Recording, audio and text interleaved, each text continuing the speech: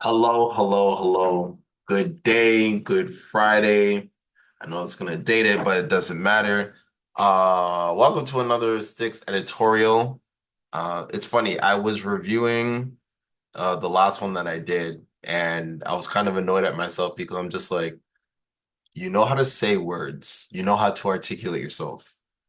Open your damn mouth and articulate. So I was just like, all right, I need to do a better job of enunciating my words and articulating clearly so that I can have a healthy and reliable discussion about these breakdowns, right? So today, as promised, another Office Movers breakdown. This one is from 102, the opening montage, not from the client. That was a joy to cut as much as it was a challenge because it was mirroring what Jay and Trey have brought to YouTube, but bringing that into a TV sense, right? So it's a lot of effects, as you guys saw, a lot of green screen and everything else of that. And that was obviously all by design. So let's get into it. I'm gonna share my screen.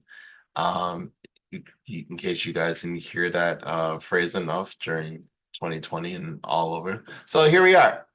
So as you can see by the timeline, I just clipped the entire sequence itself because yeah, it was a lot. It was a lot. Um a lot of resizing, which is this effect here. So if I go down here, yeah, so 3D warp, but it's another way to resize it. Um that was a effect that I used throughout this. Obviously, I had to use Spectrum Matte, which is for the green screen, because that was the original footage that Jermaine shot in, or the character Everett. So if I move over, so he basically did like, oh my God, it felt like 50 or maybe it was 100 of like different scenarios, different lines of things to watch out for to not do in front of the client, right? So it was a process of just what was scripted, made it in there, and then also just a lot of ad-libbing. So there was a lot of that in there. There was like the the circle wipes or just so many crazy, wacky transitions. I really had to get creative with it, but also I had to get into their minds initially to be like, okay, what is it that we're doing here? But during the director sessions with Jay and Trey, they were very, particular, but also I leaned on their knowledge in terms of how they wanted the things to be presented. So I was doing stuff that I really hadn't done before. And it was a great process. I'm glad everything came out the way that it did. And then even just lending whatever expertise that I had, like, push-ins, jump cuts, where to have like, um explosions or transitions or punch-ins like here and there. So yeah, it was a lot. There was a lot going on. So even if we like, just watch through it, um and we don't even have to have it on mute, just have it on mute. So yeah, a lot of green screen. The Pond 5, that was by design. We're just like, yeah, like we really want this to be amateurish. And it's just like, okay, somebody who's using like Windows Movie Maker or iMovie, like, okay, like how are they gonna do this? Mind you, this is very advanced for somebody who uses Windows Movie Maker or iMovie. So getting this stuff from Shutterstock, getting this stuff from Pond 5, that was by design. It was actually hilarious. So again, everything on layer two that you see with Everett and Carla, like, that was all used on Spectrum Matte to get the green screen in there and like, having to tweak those. Um, like the spillage, so not to make sure that there's, you don't see a lot of green there. And adjusting the different parameters. So that's just like, all right, we're really just seeing all this background stuff. One of the funny things is like when he goes to Carla, so this Pond 5 shot is actually flipped from Everett's side. And we're just like, why would that be a thing? Why is that something that happens? But again, just thinking of like the most ludicrously ridiculous things that we can throw in there, and that's exactly what we did. So it was a lot of fun, just breaking it down. The random pop-ups and everything else like that, like again, for y'all specials. I really wanted to focus in on like, when the cameras were adjusting and everything else like that. Like, they look like mistakes, but it's like, no, this is something that they're doing themselves. You know what I'm saying? So even even a shot like this, I didn't even punch in on this one. It's just like, okay, just finding the stock footage, but this is something that I believe that Jermaine just did alone. Yeah. So as you see from the raw, I'm just like, all right, they're just adjusting, like, they're just doing anything that they wanted to do. So I'm just like, okay, let me just find that, use that. Because the idea is that I don't know who would be like recording, like maybe one of their regins, or maybe sometimes like, if Carla is doing it and like, she's short or whatever, just trying to adjust. That was the whole theme of it. And it was just like, again, as you can see by the timeline, it was a lot to deal with, but it was really fun as we were breaking it down and going forward. So yeah, it was great. Yeah, this one was crazy too because we had one Everett and then we have little Everett. So I had to punch in on that. I actually had to nest this.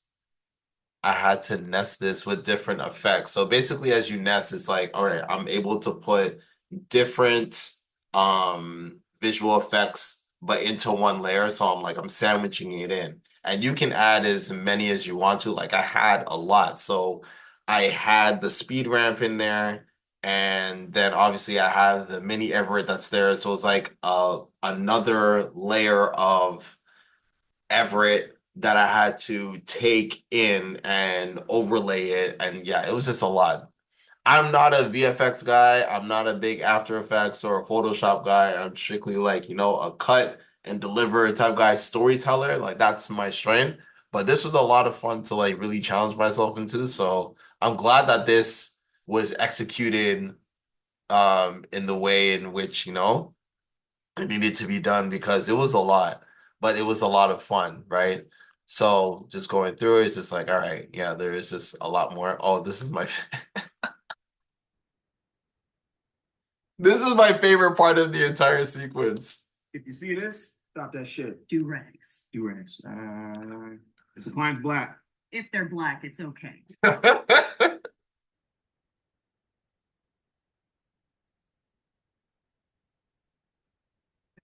Yo, when I saw that, I was just like, okay, this is stupid, but it was really funny, man. I think, if I'm not mistaken, I think that was scripted, but it was just funny. And that like, we dropped out of the moment of the video, just be like, wait, no, hold on a second. We need to reconsider, read some litter.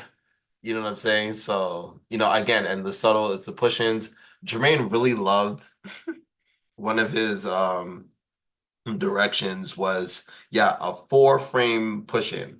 And that's something that you see often. Like, even when I was dealing with the scene with Ricky and Jermaine talking about like, the elevator and stuff, and like when you see the punch-ins throughout the episodes during the season, it's like 4 frames. It's a 4 frame punch in, like nothing really longer than that outside of in episode 6 whenever it's on the phone with Trisha and she basically books him on lying about, the signature and stuff like that. Sorry, spoiler, whatever. Um, but yeah, like I have like, a push in there, but that's like kind of like one of the only times that you really see a long push in like that. But yeah, but the 4 frame punch in, like the little snap zoom, that's very much a staple.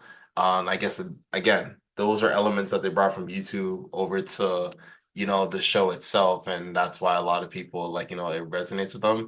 Yeah, throwing in the random checkmark graphic and explosions and it's just a lot of ridiculousness, you know what I'm You saying? don't get paid or what? Your meat and potatoes. Yeah, like this, like The client is your food source. You don't get paid or what? Your meat and potatoes. like this one.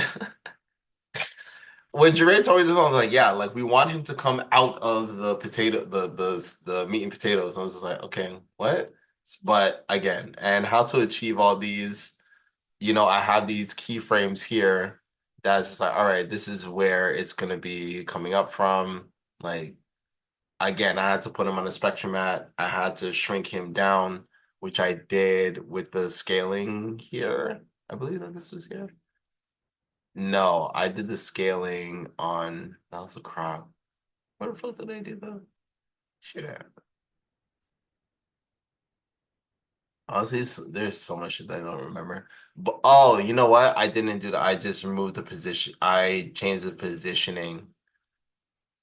Yeah, I think I changed the positioning because like I just basically just brought him up and down from that. So yeah, it was again a lot. There's a lot happening, a lot of different effects and like little tricks that we're doing with VFX again that I hadn't done before, but it was or I hadn't done in a long time since my vlogging days, but I didn't even do anything to the extent of what they were doing.